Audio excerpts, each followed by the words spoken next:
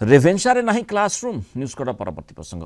कुलपति कार्यालय बसी छात्र छात्री पाठ पढ़ी कटक रेभेन्सा विश्वविद्यालय एभली धारणार घटना देखा मिली श्रेणीगृहर छात सिलिंग भांगी जाइए अभियोग होती 20 दिन है एने अभियोग करने पर भी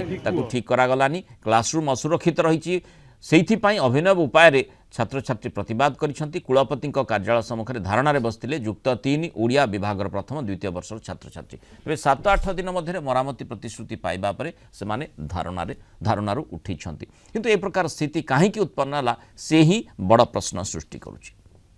हेरिटेज बिल्डिंग रेगुलरली मेंटेनेंस चली गत वर्ष भी मेंटेनेंस होता आपन देखुं वर्ष बहुत परिमाण वर्षा भी होती वर्षा पर पानी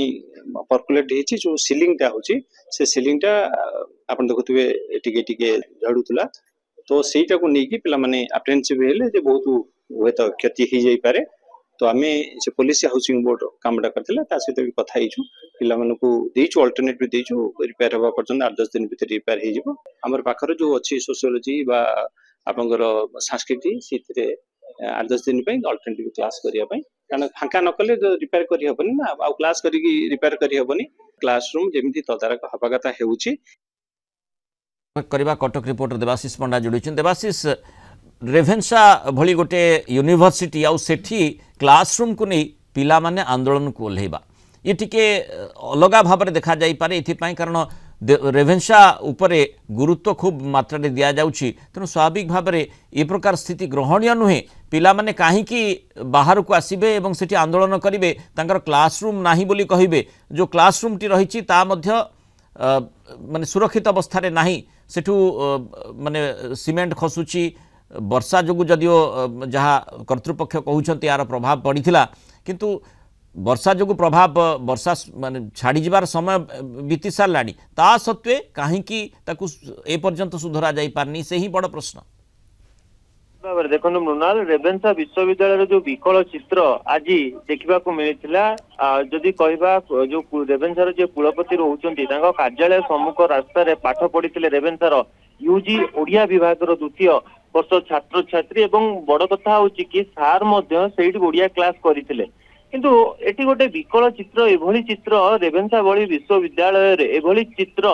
गोटे निहाती भाव में साधारण गोटे असंतोष खेली जाइए कहीं ना जदि देखा क्लासरूम रो जो विपद संकुल अवस्था रही कारण बारंबार पिला माने छात्र छात्री माने 20 दिन हेबो एने अभियोग करुथिले कुलपति पाखरे रेजिस्टर पाखरे बड़ कथा होची कि रेजिस्टर विभिन्न बहाना देखाई कुलपति मध्य विभिन्न बहाना देखाई क्लासरूम रो काम मरामती करुनथुले जेमती रेजिस्टर जनक जहाँ प्रतिक्रिया आमको देइथिले जहाँ भी कहते कि वर्षा होता जहाँ फल से सिलिंग कम हो पार नाला कि वर्षार तो बंद हो जाए कमी जाइए वर्षा तो संपूर्ण रूप से बंद हो जाए कहीं काम बंद रही है निहाती भाव में आप तो गोटे तदंत हवा आवश्यक हो पड़ी कारण जो भाव में ओडिया क्लास छात्र छात्री माने जो रूम क्लास रे पाठ पढ़ुले तार संपूर्ण सिलिंग टी